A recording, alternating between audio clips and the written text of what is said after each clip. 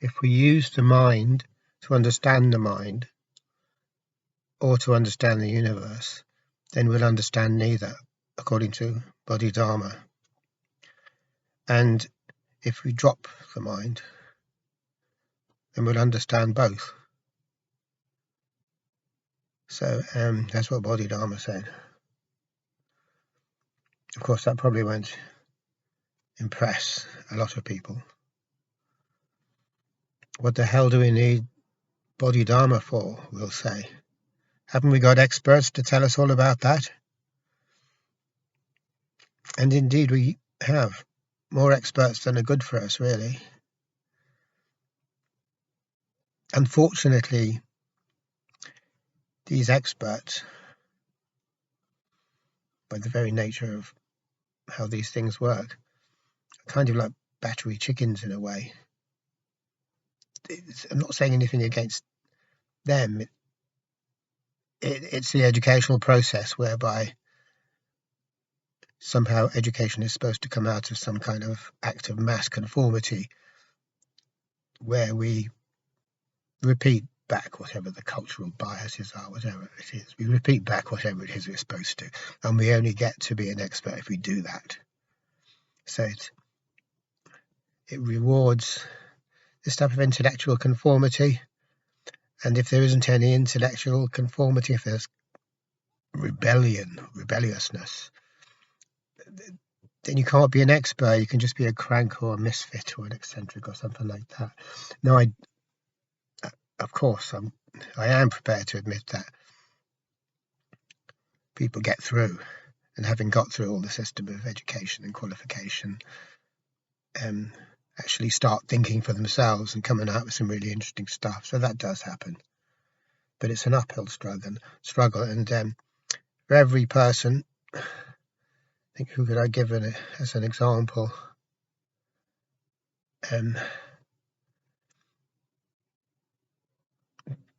Well, there's a few examples around, but I just can't think of them. Like the zoologist guy from Cambridge, who everyone takes the piss out of. The guy who talks about morphic fields and says that the sun is conscious. That guy, I saw him give a talk once, but the name eludes me. Well, he's definitely a misfit. He made it as far as to be a zoologist at Cambridge, but then he became a misfit. So everyone else takes the piss out of him, which is the way they do. There's nothing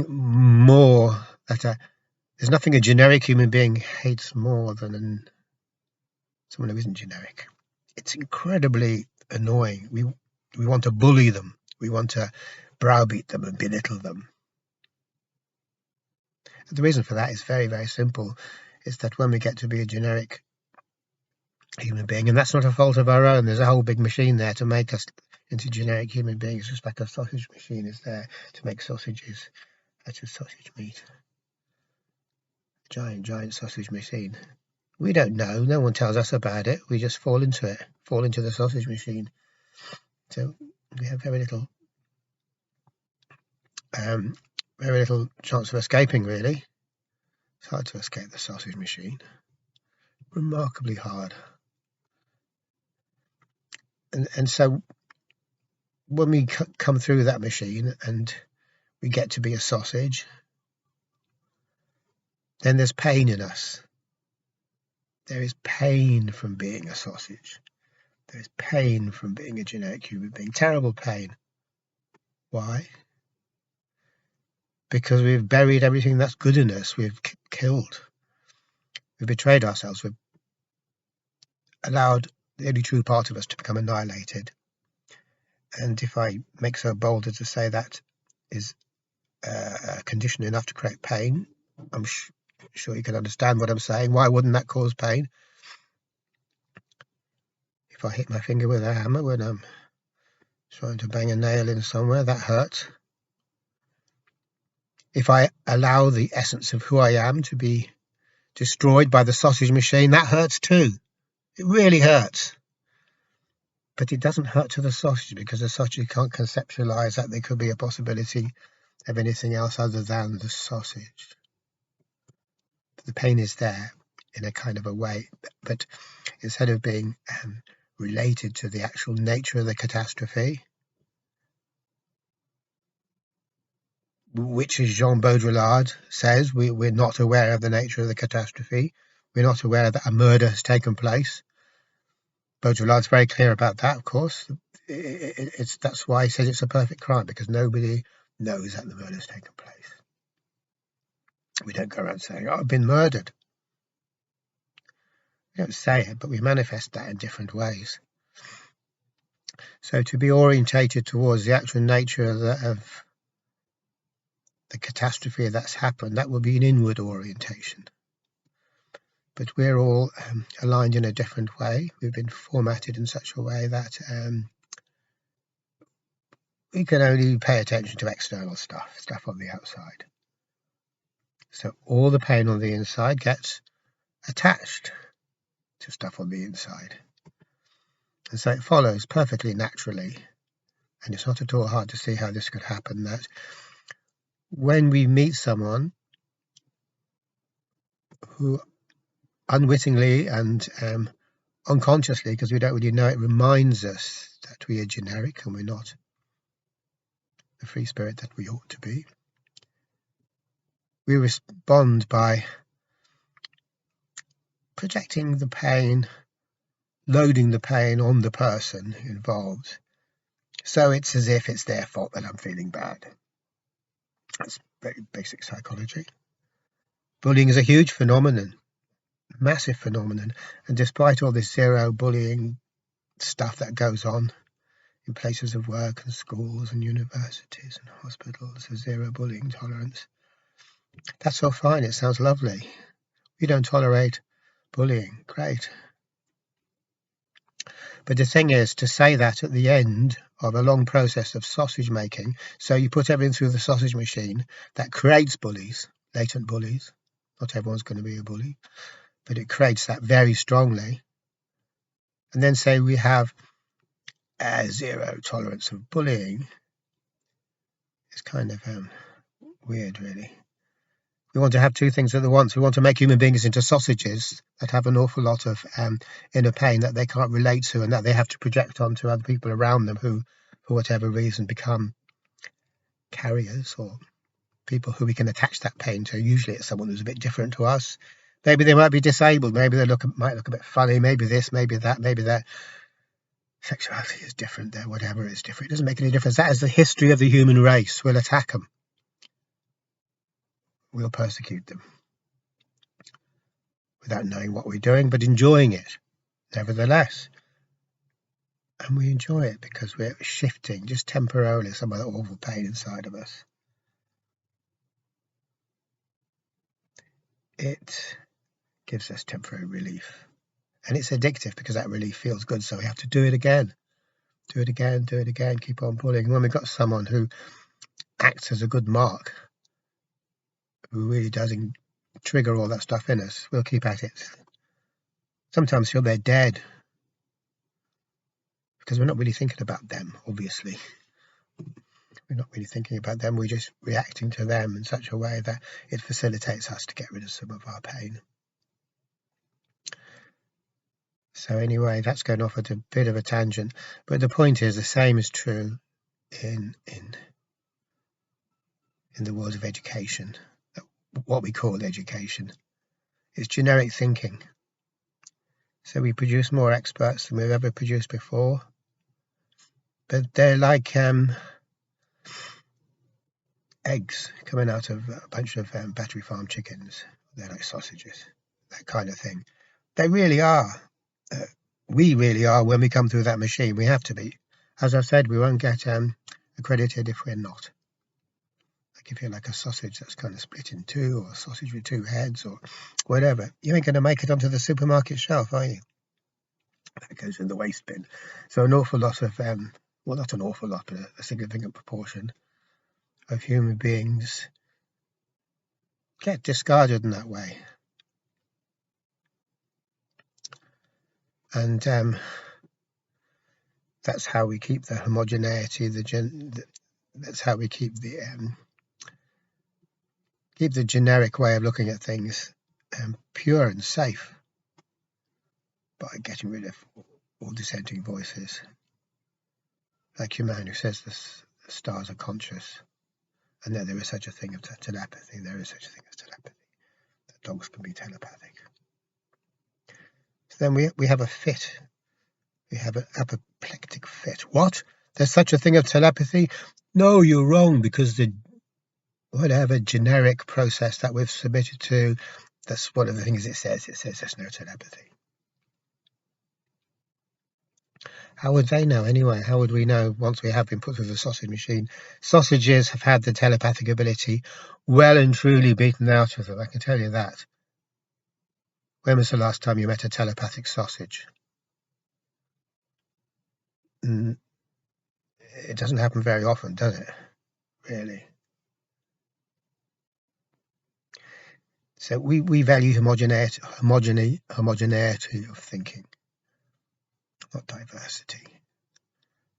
We love quacking on about diversity, the same as we love quacking on about our zero tolerance to bullying.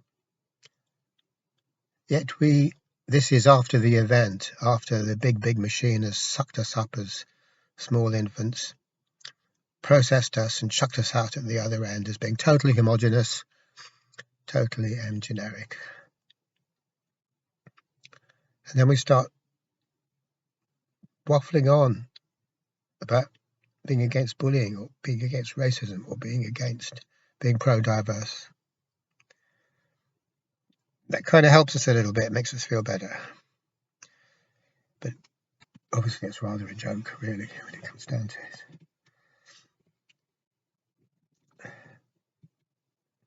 So going back to Bodhidharma, we could say, okay, what do we need Bodhidharma for? Well, Bodhidharma, the very fact that we're still talking about him thousands of years later, the very fact that there's a lineage descended from him that is still very strong, as the Zen Buddhism lineage, proves that he wasn't just another mass-produced expert. He was of greater stature, and to have a human being of greater stature is hard when we're all being homogenized. We're all of equal stature. It's the way the system likes it. The sausage machine can't work if the sausages are all different. They have to be the same. But it is fundamentally challenging for us to understand that using thought to understand thought is what confuses us. That we'll never know anything at all about thinking by thinking about it. Ever, ever, ever, ever. Our confusion will grow. Our confusion will grow. Extra heads. Our confusion will grow. Hundreds of new heads with long necks, and all those necks will get tangled up together. And that's only the beginning. It'll get worse after that. The confusion really will get worse. And the reason for that is, very, very simply, thought only operates, it can only be thought when there's no perspective. There has to be absolutely zero perspective. It's almost like working in a medical device factory where there cannot be any bacteria and crap floating around. In the same way, the thinking mind cannot have any perspective. That's got to be got rid of. If we don't get rid of it, then we can have no definite statements about this or about that. We can't say this is true and that's not true. Because the more perspective we have on something, the less sure we can be about it, about what it is, about what its nature is, and what we can say about it that might be true or not true. This accounts for the well-known fact that has been pointed out by many people that when we're dumb, we're very confident. We have lots of strong opinions that we're absolutely, stand behind, and we can have those strong opinions for the whole of our lives. Very strong opinions. Everyone has an opinion, they say. But that's not true. Because if we look at things with perspective, then we see more than one truth. We see a plurality of truths. It's like walking around a house. If I look at the house from the front, it looks like this. I walk around a little bit more, it looks like something else. I walk around, then maybe I go above it and I fly above it, or I tunnel underground, or maybe not, because you wouldn't be able to see much. You say, well, how come it looks all these different ways? Because of perspective. Perspective creates uncertainty. It allows us to perceive complexity. If I was able to get absolute perspective, unlimited perspective, then no matter what I looked at, no matter what I considered, I would not be able to say anything at all about it. It would absolutely confound me. I'd just be looking at it thinking, what? Because I'm not thinking about it. I haven't thrown away information. I haven't run up an entropy debt. I haven't ignored a whole load of stuff and then pretended that I wasn't ignoring it so as to produce nice, neat answers about the world. That's a remarkable thing, because what it means is that if we really look at things, everything becomes revealed as being not what we thought it was, but something that we're incapable of actually saying what it is, because in it, the thing that we're considering, everything runs together, which is the holographic principle. There's a little bit of everything in everything. So we realize that we can't isolate a single element and know everything about it, because there are no single elements. So when we look at a single element, what appears to be a single element, and we go into it, that single element reveals itself as being more than a single element. It reveals itself as being entangled in everything else, part of Indra's web, and it becomes just as mysterious and enigmatic as any other part of the universe. But that's of no interest to us, really, because we don't want to go around being gobsmacked and amazed, because then we want to see things as being, well, this is good, this is bad, this is useful, this is not useful, this is advantageous, and then we can do stuff and we can play our games. So when we oversimplify the universe, we can play games, play away, ignore the complexity of the universe, pretend it's just this, get completely absorbed in playing our games. Games are simple. You do this, or you try to do this, and if you don't do this, you lose. If you do that, you win. Very, very simple. When everything is everything else and everything reveals itself to be infinitely complex, you can't really play games with that. You can't play games with uncertainty. It doesn't facilitate us to do that. So thought has to have no perspective in it.